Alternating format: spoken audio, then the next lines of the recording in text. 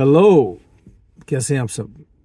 तो अगर आप कनाडा में आने की सोच रहे हो 2025 में या कभी भी, तो मेरे हिसाब से, मेरे एक्सपीरियंस के हिसाब से ये दो तरीके हैं जिसके थ्रू अगर आप यहाँ कनाडा में आते हो तो आपकी जो लाइफ है ना यहाँ पे आके उतनी मुश्किल नहीं होती है। मुझे कनाडा में आए हुए लगभग 1.5 साल हो चुका है। मैं आया था सिंगापुर से।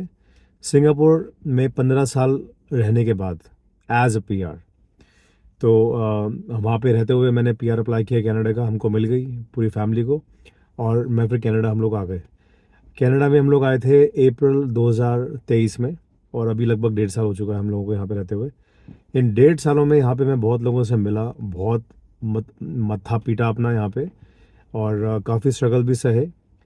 तो इस वीडियो के थ्रू मेरा मकसद यही है कि अगर आप इसको देख रहे हो तो आपको कुछ इन्फॉर्मेशन मिल पाए जो कि आपको हेल्प कर सके पोटेंशियली, अगर आप यहाँ पे आने की सोच रहे हो तो। पहला तरीका है, अगर आप यहाँ पे आते हो एज अ पीआर। हाँ जी, अगर आप अपने होम कंट्री में बैठे हुए, अगर आपने यहाँ का पीआर अप्लाई किया हुआ है, ये चाहे वो फिर एक्सप्रेस एंट्री हो या फिर पीएनपी या और कौन से होते हैं वो सेल्फ एम्प्लॉयड, जिस पे कि मैं आया था यहाँ पे बिजनेस वीज़ा।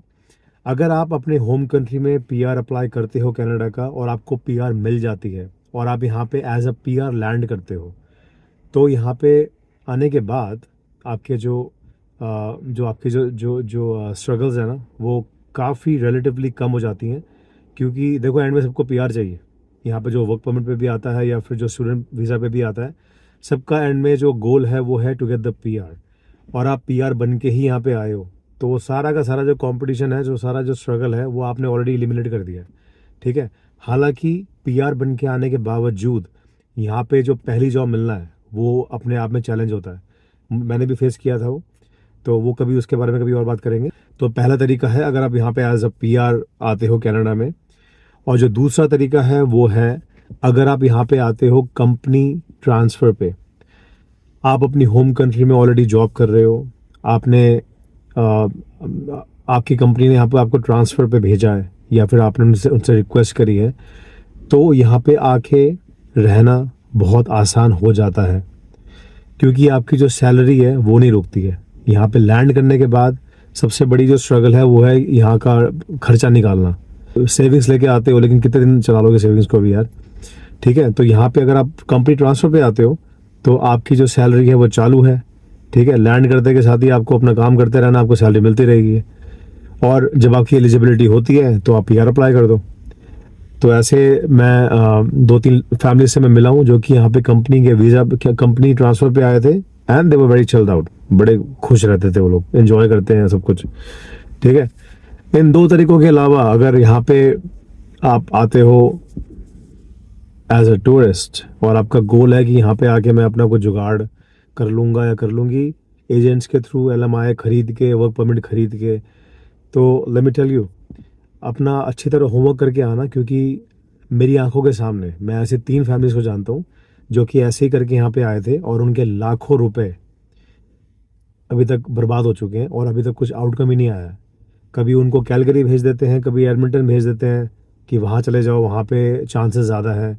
कभी ब्रिटिश कोलंबिया, पैसे ठोके जा रहे हैं, ठोके जा रहे हैं और उनका आउटकम कुछ भी नहीं आया है। लोग बहुत परेशान हैं यहाँ पे। ठीक है। हमारे फ्रेंड्स भी यहाँ पे बने जो कि बहुत परेशान हैं, क्योंकि सुनी सुनाई बातों पे वो लोग यहाँ पे आ गए हैं। किसी किसी का कोई रिलेटिव ने बता दिया कि यहाँ पे ऐसा है, यहाँ पे आ जाओ। किसी के फ्रेंड्स ने बता दिया या खुद कुछ इन्फॉर्मेशन देख ली कनाडा के बारे में और यहाँ पे आ गए। और यहाँ पे आने के बाद वो लोग बहुत परेशान हैं।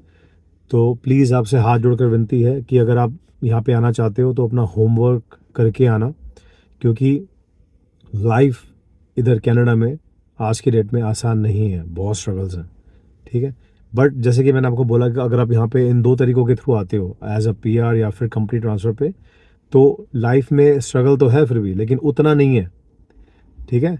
तो पीआर, जैसे फॉर एग्जांपल अगर आप पीआर बन के आते हो यहाँ पे, तो आपके जॉब के प्रोस्पेक्ट बहुत खुल जाते हैं। आप इवन यहाँ पे गवर्नमेंट सेक्टर में भी अप्लाई कर सकते हो जॉब के लिए। ठीक है ना। तो ये मेरा एक्सपीरियंस था, मैं चाहता था आपसे शेयर करने के लिए। अगर आपको इतनी सी भी हेल्प मिलती है इससे, I will be very happy.